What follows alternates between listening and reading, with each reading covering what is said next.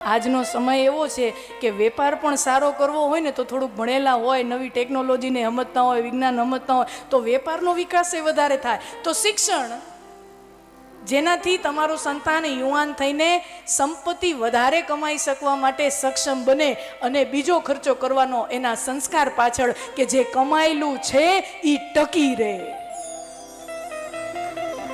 સમજો, જો શિક્ષણ હશે તો સંતાન કમાઈ શકશે અને જો સંસ્કાર હશે તો કમાયેલું ટકી શકશે.